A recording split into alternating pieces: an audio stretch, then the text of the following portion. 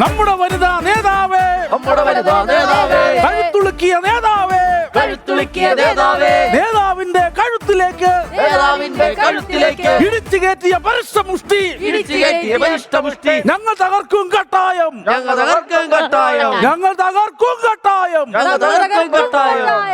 Okay okay okay, അണികളുടെ പണിയൊക്കെ തൽക്കാലം കഴിഞ്ഞ് ഇനി പണികളൊക്കെ ഞാൻ വിളിക്കാവേ. പറഞ്ഞ കേട്ടോ. അപ്പൊ ഓക്കെ, എന്നാ കാണാം. വൈകുന്നേരം കപ്പ കാന്താരി മുളകും. ശരി, അവിടെ ഇരിക്കേ. അതെ നേതാവേ, ഇനിയിപ്പം ഈ രാഷ്ട്രീയക്കാര്, പത്രക്കാര്, നാട്ടുകാരൊക്കെ വരും. അപ്പൊ നമ്മള് ഇത് മേലാത്താണെന്ന് ഭയങ്കരമായിട്ട് അങ്ങ് അഭിനയിച്ചോളണം. കേട്ടല്ലോ? എന്നാ തിരുവനന്തപുരത്തേക്കൊന്ന് വിളിച്ചാലോ? എടാ, മിമിക്രി കാണിക്കാൻ വരാനല്ല പറഞ്ഞത്. ആരെങ്കിലും വരുമ്പോ അഭിനയിക്കണം, വോട്ട് മേടിക്കണ്ടേ നമുക്ക്? അയ്യോ, അതിന് ഡോക്ടറെ കാണല്ലോ. ഡോക്ടർ എന്താ?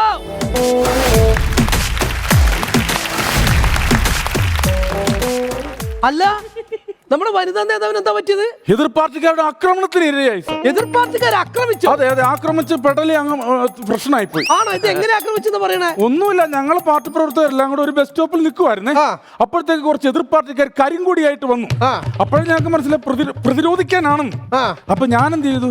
നമ്മൾ ഭയങ്കരമായിട്ട് സംയമനം പാലിച്ച്, അറിയാലോ എന്റെ സ്വഭാവം, അറിയാം. സംയമനം പാലിച്ച് വളരെ മര്യാദയ്ക്ക് എന്ന് ചോദിച്ചു. എന്താടാ പ്രശ്നം എന്ന് ചോദിച്ചു, ഒറ്റ കൊടുത്തു. അപ്പൊ അവൻ ഒന്നും മിണ്ടണില്ല. അപ്പോഴും ഞാൻ സംയമനം പാലിച്ചു, അതെന്റെ മര്യാദ. ഞാൻ ചോദിച്ചു, എടാ എന്താടാ ഒന്നും മിണ്ടാതെ നിൽക്കണെന്ന് പറഞ്ഞ് ഒരടി കൂടെ കൊടുത്തു. എന്നിട്ടും നിൽക്കുക പഴം പുഴുങ്ങിയ പോലെ.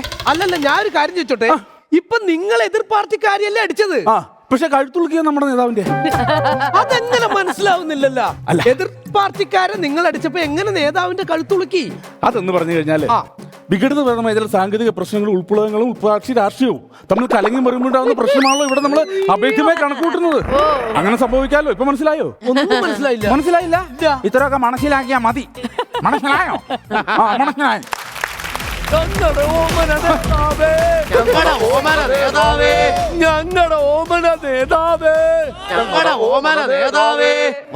മതി. അല്ല, ഇതല്ലേ നിങ്ങളുടെ എതിർ പാർട്ടി? അതെ, അത് തന്നെ. ഇവരെന്ത് ചെയ്താലും അതിനെ എതിർക്കുന്ന പാർട്ടിക്കാർ. നമ്മൾ എന്ത് നല്ല കാര്യം ചെയ്താലും ഇവർ എതിർക്കും. അതാണല്ലോ ഇവരുടെ പരിപാടി. എന്ത് നല്ല കാര്യമാണ് ഹേ ഇതേവരെ ചെയ്തേക്കുന്നത്? എന്താണ് ഹേ ഞങ്ങൾ ചെയ്യാത്തത്? ഹേ എന്താണ് ഹേ നിങ്ങൾ ചെയ്തേക്കുന്നത്? സംയമനം ഞാൻ പാലിക്കും. ഞാൻ വളരെ മര്യാദ. ഇത് നിയമസഭയല്ല. തല്ലുപിടിക്കാൻ പാളം കൂടെ ഒന്ന് പുറത്തു പോയേ. ഞാൻ വിളിക്കാം. സംയമനം പാലിക്കണം ഞാൻ.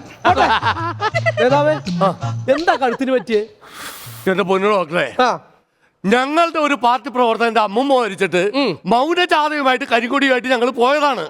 അപ്പോ എതിരെന്ന് ഇവരുടെ വനിതാ നേതാവ് വരുന്നു.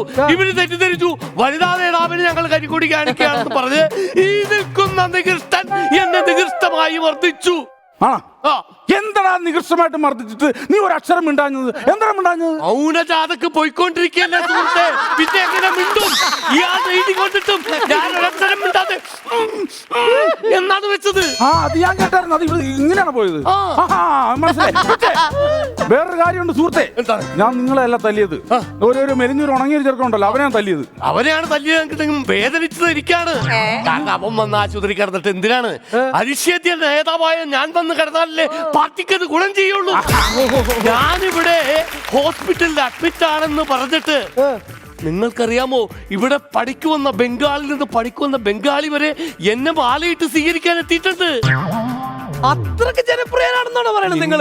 ആ ബംഗാളി എന്ന് പറഞ്ഞു കഴിഞ്ഞാൽ അവൻ എന്റെ ജീവനാണ്. എന്റെ കാലെ തൊട്ട് വന്നിക്കാതെ അവന്റെ ഒരു ദിവസം പോലും പഠിക്കുവാറില്ല. അത്ര ഇഷ്ടമാണോ? അത്രക്ക് സ്നേഹമാണ്. എന്നാ ഒന്ന് കാണായിരുന്നു പുള്ളിനെ വിളിച്ച. ബംഗാളിനെ ഞാൻ ഇപ്പൊ വിളിക്കില്ല. അത് നമ്മുടെ പത്രപ്രവർത്തകർ വരുമ്പോഴാ ബംഗാളി വന്ന് മാറി സെറ്റ് ചെയ്ത് വെച്ചല്ല. എന്നാലും നമുക്കൊന്ന് കാണാലോ അയാളെ. അത്രക്ക് നിർബന്ധം. അതെ, വിളിക്ക്. എടാ പ്രവർത്തന, ബംഗാളിനെ ഇങ്ങോട്ട് വിട്ടടാ. വരും. ഞാനൊന്നും പറഞ്ഞാ വയ്യൊരു ജീവനാണ്.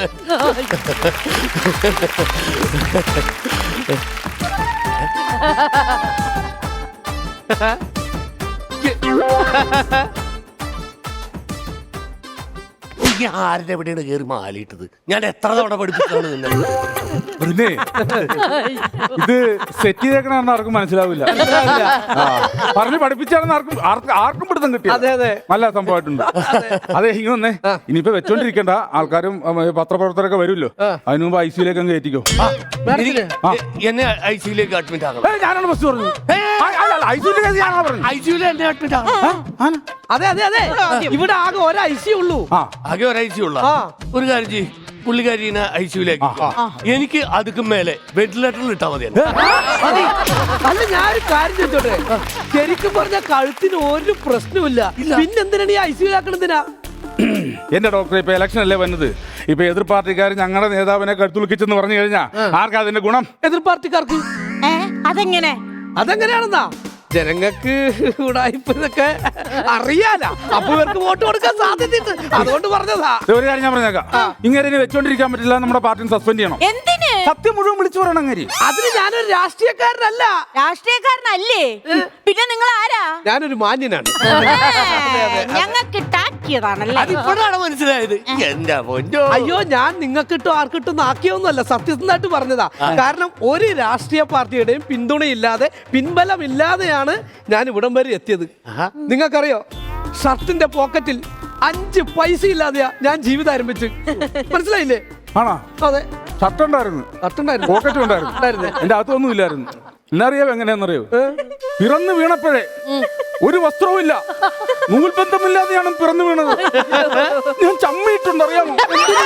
ഈ നേഴ്സന്മാരും ഡോക്ടർമാരൊക്കെ നോക്കി നിൽക്കുമ്പോ ഞാൻ ഇങ്ങനെ കിടക്കുക, എഴുന്നേറ്റ് ഓടാൻ തോന്നിട്ടുണ്ട്. ഓടായിരുന്നില്ലേ? അല്ല, അന്നേരം നമ്മൾ റിലീസ് ആയതല്ലേ ഉള്ളൂ, ഒന്ന് ലെവലാകട്ടെ എന്ന് വെച്ചാൽ അങ്ങനെ കിടന്നു ഞാൻ.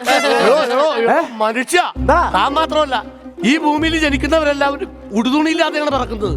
പക്ഷെ അതിനുശേഷം ശരിക്കും ഞങ്ങൾ ഉണ്ടാക്കി. എന്തുണ്ടാക്കി ഈ പറയണത്? ഇത് തന്നെയാണല്ലോ നമ്മളോട് എല്ലാരും ചോദിക്കണം, എന്തോന്ന് എന്തുണ്ടാക്കിയെന്ന്. അങ്ങനെ കളിയാക്കൊന്നും വേണ്ട. ഇന്ത്യയിലുള്ളവർ അങ്ങ് ചന്ദ്രനിൽ പോയി, ഇന്ത്യയിലുള്ളവര് വേറെ എവിടെ ബഹിരാകാശത്ത് പോയി. ഞങ്ങളുടെ പാർട്ടിക്കാര് ഇന്ത്യ ഭരിച്ചാലുണ്ടല്ലോ, ഞങ്ങൾ അങ്ങ് സൂര്യൻ വരെ പോവും. അങ്ങനൊക്കെ ചെന്നാ കത്തി ചാമ്പലായി പോവും. അത് ചുമ്മാതെ, ഞങ്ങൾക്കറിയാം എന്റെ പരിപാടിയൊക്കെ. ഞങ്ങൾ നൈറ്റിനെ പോവുള്ളൂ, അവിടെ വെട്ടമുണ്ടാവില്ല. നമുക്ക് അതിന്റെ കാര്യങ്ങളൊക്കെ അറിയാലോ. അതെ, താൻ വലിയ കൂടുതൽ ഡയലോഗ് അടിക്കരുത്. എന്താ?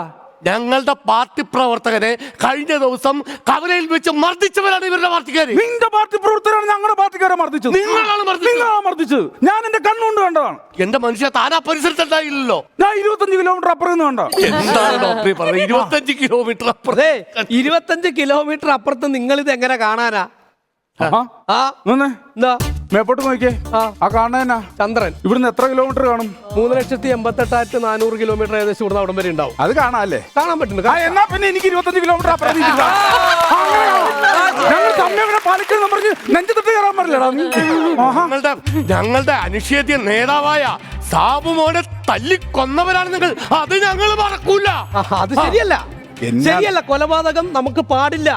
ഒരു പാർട്ടിയും കൊലപാതകം നടത്താൻ പാടില്ല. ചുമ്മാ പറയണാണെന്ന്. ഇതെന്നാ സംഭവം എന്നറിയാവോ? ഈ സാബുവിന്റെ ഗ്രഹനില പ്രകാരം അന്ന് രാത്രി 12 മണി വരെ പുള്ളിക്ക് ആയുസുള്ളൂ. ആ ഗ്രഹനില നമ്മൾ നടപ്പിലാക്കി, അത്രയേ ഉള്ളൂ. അത് നമ്മുടെ ഒരു ധർമ്മമാണല്ലോ. അത് ശരി, വിശ്വാസമുള്ള ടീമല്ലേ. അപ്പൊ നന്മ ചെയ്തെന്നാണ് പറയണത്. അതാണ് ചെയ്യുന്ന ആൾക്കാരാണ്. അതല്ലേ? ശരിക്കേ ഇത്രയും നേരം നിങ്ങളൊക്കെ ഇവിടെ വന്ന് സംസാരിച്ചപ്പോ എനിക്ക് ഏകദേശം കാര്യങ്ങളൊക്കെ പിടികിട്ടിയിട്ടുണ്ട്. അപ്പൊ കാര്യങ്ങളൊക്കെ മനസ്സിലായല്ലോ. അതെ അതെ, ഇലക്ഷൻ ആണ് വരുന്നത്, നമുക്ക് അങ്ങ് വോട്ട് ചെയ്തേക്കണം. പിന്നെ അതിനും വേണ്ടി ഭയങ്കര ഭരണ നേട്ടമാണല്ലോ. എന്താ ഭരണത്തിന് കുഴപ്പം? എന്താ ഭരണത്തിന് കുഴപ്പം? നിങ്ങൾ ഭരിച്ചത് കൊണ്ട് ഈ നാട്ടിലെ ജനങ്ങളുടെ കൊളസ്ട്രോള്, ഷുഗർ, ഈ വക സാധനങ്ങളൊന്നും ഇല്ല ഇപ്പൊ. എന്താ ഓരോ കാര്യങ്ങൾക്ക് ഓഫീസുകളിൽ കയറി ഇറക്കി നടപ്പാണല്ല. നടന്ന് ഷുഗർ പോയി, കൊളസ്ട്രോള് പോയി, ജനങ്ങളിൽ നിന്ന് നല്ല ഫിറ്റാണ്.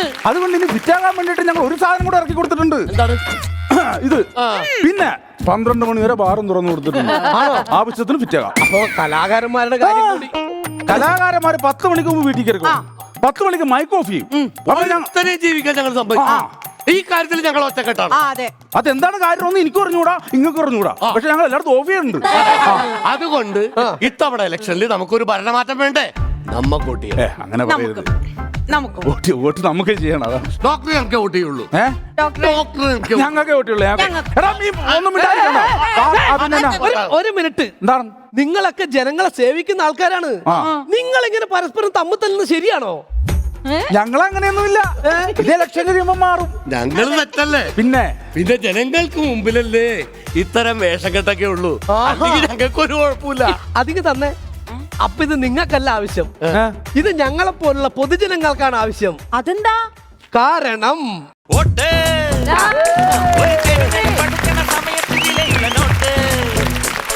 ഈ നോട്ട് ചുടുമനസിന്റെ നിറമുള്ള മഷി കൊണ്ട് വിധിയിട്ട ചീട്ട് ചുമ്മാതെ കളയരുതമ്മിണിയെ